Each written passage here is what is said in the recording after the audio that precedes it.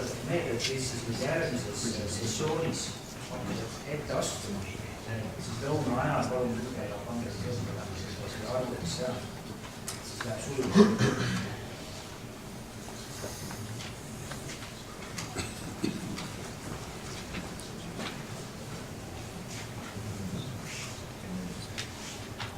Tere, mina olen Kaupo ja räägin siis puistaniku mahtude arvutusest mehitamata õhusõidukist ehk siis uuemeelselt tehtud aerofotode põhjal. Uurimistöö, millest ma räägin, oli siis minu magistritöö, kaitsesin seda sel kevadel ja juhendajateks olid siis Natalja Liba, kes on ka siin täna, ja Krista Must. Uurimistöö siis koosnes sellistest erinevatest osadest, aga töö eesmärgiks siis oli hinnata mehitamata õhusõiduki abil tehtud aerofotode kasutamise sobivust siis puistangute ehk siis erinevate materjalide ladestatud materjalide mahtude arvutamisele, kas see vastab siis hetkel sätestatud nõuetele ja seadustele. Et selle teema valiku põhjus siis oli selles, et olen ka ise geodeet ja siis ka minuni jõudsid siis inimesed, keda huvitas see teema, et kuna praegu mõõdetakse näiteks kruusa ja turba ja selliseid puistanguid, siis enamasti lihtsalt kas GNSS või siis seadmega või tahomeetriga, ehk siis peab seal füüsiliselt ümber ja peal käima, mis võib olla ohtlik ja on ka üsna aeganõudev. Palju lihtsam oleks seda teha näiteks drooniga, mis on siis tänapäeval juba üsna levinud seade. Ja mitmel Eesti geodeetsel firmal on ka juba sellised seadmed olemas, et siis huvitas, kas täpsus on piisav ja seda oli vaja siis ka selliseid uuringuid minu ja siis oleks vaja lisaks teha, et ka seadusandlust siis selles suunas muuta, et meil oleks ka lubatud kasutada droone siis selliste asjade muutmiseks. Püstitatud hüpoteesideks oli siis, et mehitamata õhusõiduki põhjal see arvutustäpsus jääb siis Mark Seideri korras kehtestatud lubatud erinevuse piiresse, mis on siis 12%, kuigi on oodata, et seda seadust muudetakse ja täpsustatakse, ilmselt see lubatud piirang muutub ka väiksemaks.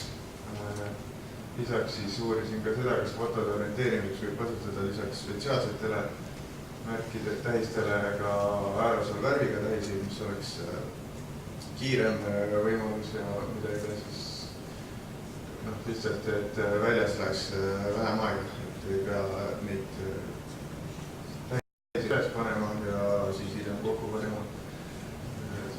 Ja siis lisaks veel ka seda, et kui palju siis välitöödele kuluvat aega see väheneb võrreldes siis GNSS mõõtmistega ja ka laserskaneerimisega, tervistrisega vaja kulu. Objektideks oli siis üks korrapärase kujuga turbaun Läänemaal, Laigüla turbomaadlus, pindal 460 kruusmeetrit ja üks ebakorrapärasema kujuga purustatud turbapuistang Järvamaal umbes samas suurusjärgus pindal. Siin on näha siis nende objektide asukohad Eestis ja siin on siis näha see Laigüla turbomaadla. Sellised olid siis need turvaaunad, et ühemõistust valime välja ja seda on mõtlesin erinevate meetritega. Ja siin on Karude karjääri objekt siis põhimõtteliselt otse ülevat vaadatud. Materjalideks olid siis Laigülas GNSS-seadmega, terrestrilise laserskanneriga ja siis kahe erineva mehitamata õhusõidukiga kogutud andmed eelmise aasta sügisel ja Karude karjääris siis GNSS-seadme ja laserskanneriga ja ühe mehitamata õhusõidukiga kogutud andmed. Riistvaraks oli siis Trimble R43 ja tahumeeter oli samuti Trimble ja õhusõidukiteks oli siis selline odavam TFT Phantom tavakasutaja oma 20 megapiksline kaamera ja siis üks selline spetsiaalne geodeesia jaoks mõeldud iPod X6, millel oli siis 42 megapiksline kaamera. Siin on siis skaneeriv tagumeeter ja siin on siis näha siis mõlemad need kasutatud mehitavad tõusõidukid. Vaadakul siis odavam TFT Phantom ja paremal iPod X, millel on siis juba erineva arvini rootorid, vaadakul on siis 4 ja paremal on 6 rootorid. Tarkvaraks kasutasime siis lendude planeerimisel iProFlight ja Drone Deployed. Lisaks siis tulemuste töötamiseks Trimble Business Center, Autodesk Clicker ja siis fotogrammeetria tarkvara ja joonistused siis Autodesk Civilit ja Microsoft Excelit siis andnud tulemuste töötamiseks. Siin on siin metoodika, on siit üle, et ma olen reaktsiooni selle õhtus. Siin on näha siis turbaannale tähiste paigaldamine, et see õnnestus meil lihtsalt tänu sellele, et oli külm hommik ja üks turbaanne külg oli lihtsalt jääs, muidu oleks pidanud sinna ülemiste tähiste harjamõõtmiseks kasutama siis kas mingit rasketehnikat või siis kohalik geodeet, kes seal meiega ühendas võttis ja seal turbamaadlus mõõtus, siis temal oli selline seadelis tehtud, et see GNSS antenn oli pandud lihtsalt selle oksa lõikamis pika valda otsa ja siis tema kõrvalt pani sinna harja peale, et tema võttis niimoodi neid harjasi igapäevaselt. Siis on siin see tööprotsess, näete tagantpoolt ka, et kõigepealt siis selgitasime välja projekti parameetrid, seejärel läksime objektile, paigaldasime seal need tähised siis, mõõtsime need GNSS seadmega, samuti mõõtsime GNSS seadmega siis ka selle objekti või siis selle puistangu. Seejärel skaneerisime selle puistangu terrestriaalse laserskaaneriga ja seejärel siis toimus fotogrammeetrimine lennud ja pärast siis, kui kõik oli mõõdetud, korjasime jälle tähised kokku ja hiljem siis toimus andmetöötlus siis erinevatest tarkvaradest. Ja lõpuks siis kõikidest nendest andmetest moodustati siis mudelid ja nende mudelite põhjal arvutati mahti ja mahtusi siis võrdlusime. Siin on sinna see lennuvalmis seadmine ja Raikülas siis paigaldasime 12 aerosolari tähist ja 9 sellist fotogrammeetrilist tähist. Samuti mõõtsime selle turbauna, nagu ütlesin, ja skaneerisime selle 4 seisupunktist siis terrestriaalse laserskaaneriga. Ja aeropildistamine siis toimus seal ka nende mõlema mehitamata õhusõiduki pealt. Lennuvõrgus olid siis vastavalt 347 meetrit ja piksli suurused maadused 8 meetrit ja 6 meetrit. Siin on siis see välja võetud turbaun on see parempoolne siis võetud. Nüüd on siis need erinevad tähised, üleval vasakul siis fotogrammeetrimine spetsiaalne tähises. Kasutasime siis aerosolariga tehtud tähised lihtsalt selline punkt ja number.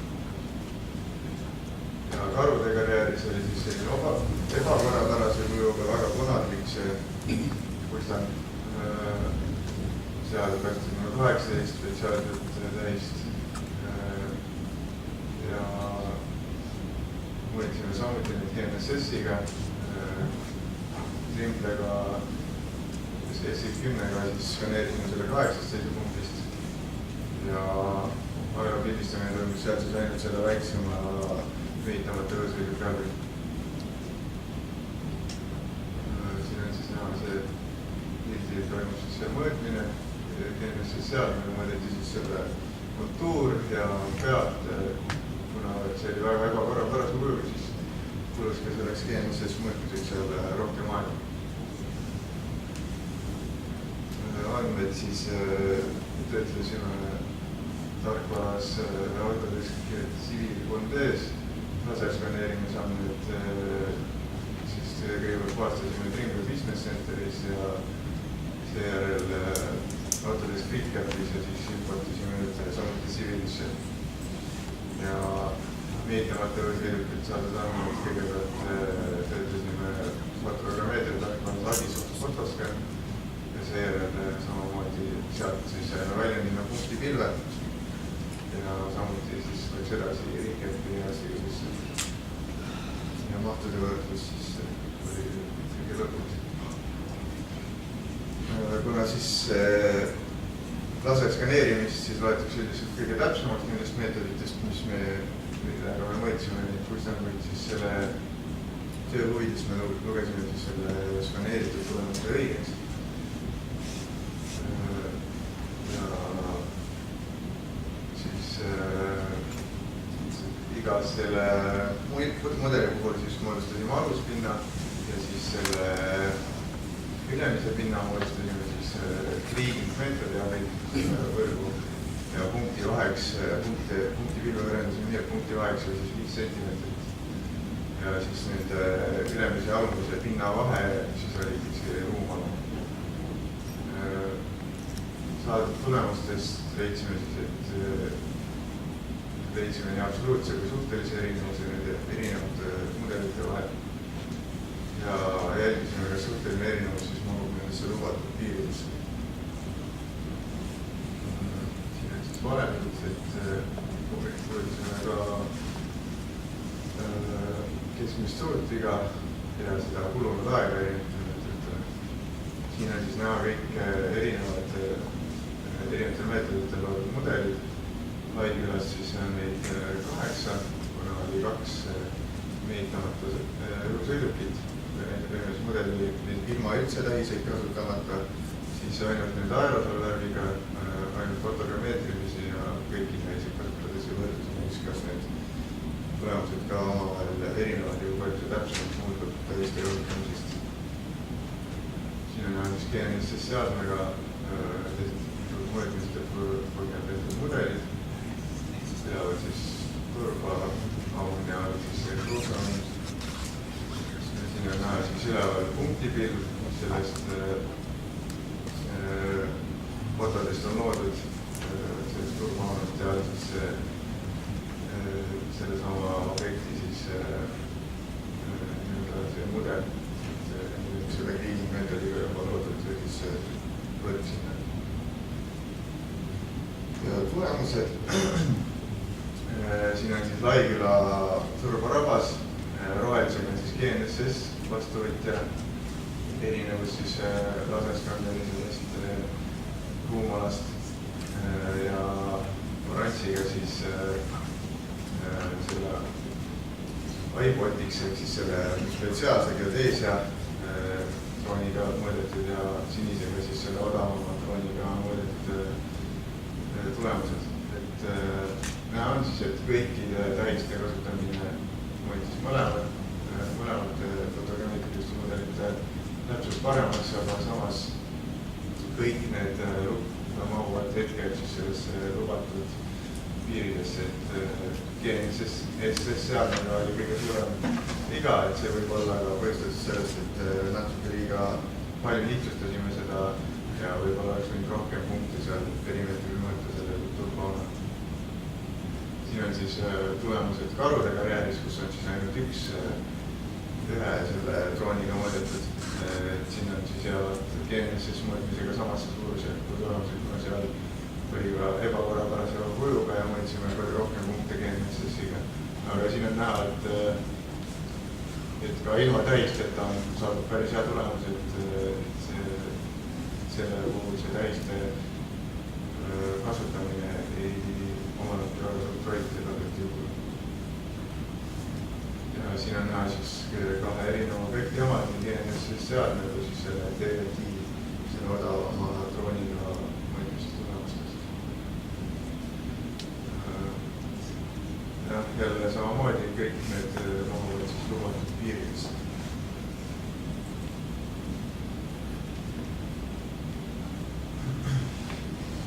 Ja siin on siis erinevatel viisidel siis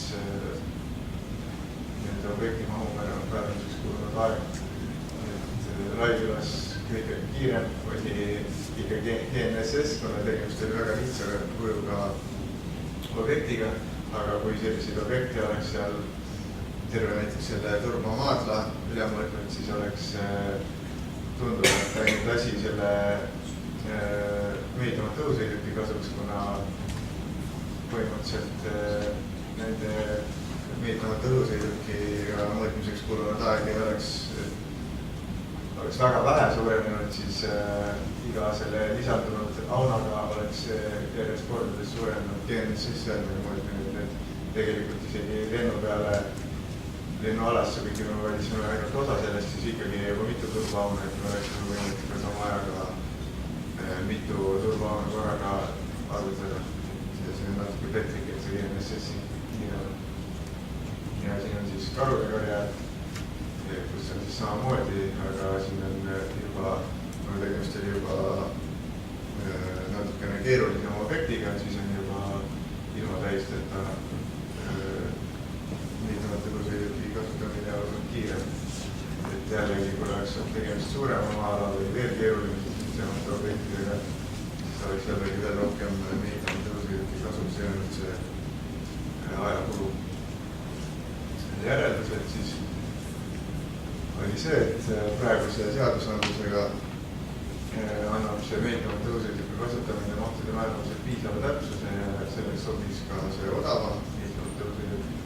Ja mahtude määramiseks piisav täpsus saavutati ka ilma tähiseid kasutamata. Et siin tuleks kindlasti mainida, et kui oleks vaja koordinaatsüsteemis tulemusi, siis kindlasti tuleks ikkagi tähiseid paigaldada, aga kui on lihtsalt vaja teada mahtu, otseselt seda isegi vaja ei ole sellise täpsuse saavutamiseks. Lisaks sellele ei olnud väga suurt mõju, kas olid spetsiaalsed tähised või aerosooliga tehtud tähised, aga muidugi spetsiaalsete tähiste eelis on tegelikult see, et neid saab töödeldes tarkvaras automaatselt tuvastada. Mina tuvastasin mõlemaid tähiseid manuaalselt selles uurimistöös, et tegelikult ma ei tea, kas võib-olla mõned tarkvarad ka tuvastavad aerosooliga tehtud tähiseid, aga seda ma ei uurinud. Mina lihtsalt panin manuaalselt ja see üks aeganõuga protsess ja see tähiste otsimine seal siltidelt. Lisaks sellele siis see järeldus, et mehitamata õhusõiduki kohustatud fotode kasutamine mahtude määramisel aitas siis kahandada välitöödele kuluvat aega ja see suureneb järjest suuremad ja keerulisemate objektidega on tegemist. Lisaks sellele on ka see ohutam, et kui sinna erinevate objektidega mingi kustandute otsa ronimine. Ja see, et objektid erinevad omadused fotogrammeetrilisel teel mahtude määramisele suurt mõju ei avaldanud. Aitäh tähelepanu eest!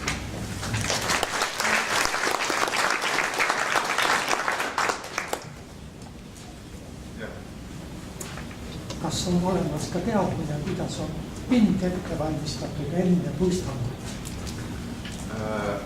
Mis mõttes ette valmistatud? No võib-olla on külka otsas puistatud. Selles mõttes meil olid mõlemad, üks oli karjääris ja üks oli lihtsalt seal turbamaadlus, aga üldiselt see väga palju ei tohiks oleneda, sest et võrreldakse siis seda lihtsalt oma aluskontuuriga, et see, kas see aluskontuur asub kõrgemal või madalamal, ei tohiks mõjutada tulemust, aga selles on ei keskendunud.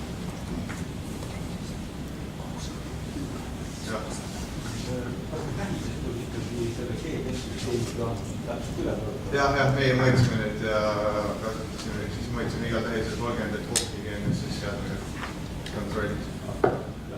Ilma tähisteta puhul kohtusid selle drooni. Jah, ja lendad üle lihtsalt, jah. Et siis ei pea ette valmistama ja neid seal mingi üldse, see on veel palju kiirem. Jah. Milline teie hinnang oleks sellele määrusele, mis on ära toodud makse hinnang? Ma arvan, et kuidas te üldse hindate seda? Ma arvan, neid numbreid, kui võrdlete vaatate, kuidas te hindate ise? no kuna see on tegelikult mõeldud palju, ilmselt seadus mõeldud palju suuremate mahtude jaoks, kui need minu või meie uuritud need olid, siis võib-olla on sellepärast nii suur see lubatud erinevus, aga siiski ma arvan, et ka ikkagi suuremate mahtude juures, mis nüüd hetkel peaks olema millalgi nüüd tulema uus ministri määrus, mis määrab uued siis need nõuded ja ma arvan, et siis tehakse need määrused karmimaks, et on ju välismaal on kuskil 5-6% ringis ja niimoodi need lubatud erinevused, see on, ma arvan, natuke aegunud määrus ja tegelikult on ka maapõueseaduses uues kirjas, et need nõuded kehtestatakse ministri uue määrusega, aga minu teada vähemalt ei ole seda uut määrust praegu tulnud.